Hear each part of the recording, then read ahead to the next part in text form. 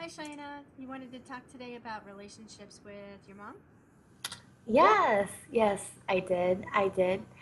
Um, so the relationship with my mom, how I think it is, well, I think for one, it would be hard to have a perspective of it because it's a perspective of inside looking out. But the way I see it as I observe how my friends have relationship with their parents, and I kind of judge it by that, by like compare and contrast.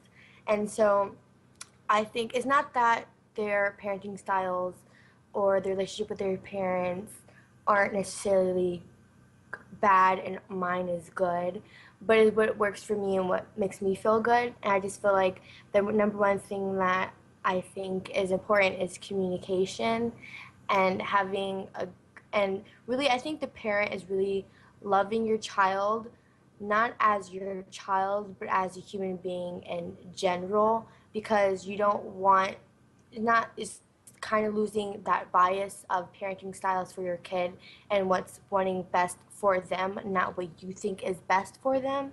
And I know that my mother or you, uh, I know you try your best to do that, and you try your best um, to think what's best for me in my eyes as well as yours. So it's just like it's kind of like I tell you what my goals and my dreams and aspirations, and you kind of just make it happen for me versus you trying to mold me into the person you want me to be. You let me be who I want to be. And I feel like because of that, it makes me really open to have a relationship with you, not just my mother, but as a person. And I just feel like even if you weren't my mother, I would still enjoy your presence as well as not, if not. And so, um, a lot of my friends and their parents, they they run into conflict when when they the parent doesn't just love them for who they are. They always want to try to change them, and I think the biggest thing as well is having a very open mind about a lot of things as your child. So looking at it from a bigger perspective, knowing that your child isn't just your child as possession of yours, but that they're their own person. They are a human being as well as everyone else. And so the you get the benefit out of it. Like you get to help them raise them, and you're related to them, so it's like good things come out of it, of course, but it's just like as well as your child, they are their own person, and I think a lot of parents are forgetting that. So you think that they are trying to mold their children into what they want them to be instead of supporting the child in what the child actually is? Exactly, yes. Mhm. I think that's a great point. And so, what advice would you have for kids your age in having a good relationship with their parents? Well, I think the first thing I would think is to tell them to come out of way. I mean, because, a lot of my friends, they say that, they'll talk to them and everything, but I feel like they wouldn't get anything out of it. And I think it's not the words that are saying like are wrong, but I think it's the way you're coming at it. I just feel like if you have to make it serious, you have to make their parent known that this is very important to you. And you have to not, you don't want to down them and make them think that their parenting skills are wrong, but more so make them come on your side. And so instead of having like just you don't want to throw any negativity in there, because it's not, you're just gonna make them upset. You're not gonna get anything good out of it. So I think it's more so coming out of a place of love, just like letting them know that this is very important to who you are as a person, and you want to have a good relationship with them, and you feel like this is very important, and I understand that this is your way of thinking, and I'm not saying that you're wrong, but it's just that this is not who I am. And if it's important to you as well to have a good relationship with me, this is something that I need. You're gonna have to find where the line between a need and your want. You want your mother to be on your side or father to be on your side of something that you're thinking of or whatever, or is it something that you need that is like detrimental to who you are? And then if that's them believing in your dreams, is that believe it's them with their religion or if your sexual orientation, it's whatever you feel like it's needed for your parent to love you. I think that's an excellent point. I find just people in general that if you attack them and make them wrong, they shut down and they get defensive and they can't hear you.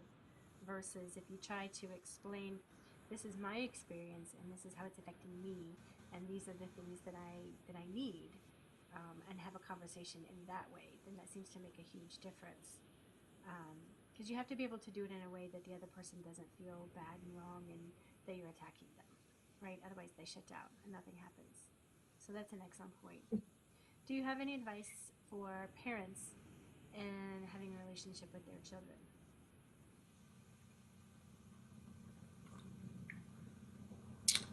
I do. Let me just think of a way I can word this correctly. I just feel like it's gonna you have to find love for your child, pure love for them and outside of yourself. Like you're gonna have to understand that your child, kind of comes first. I feel like it's just pure love for them and pure love for them.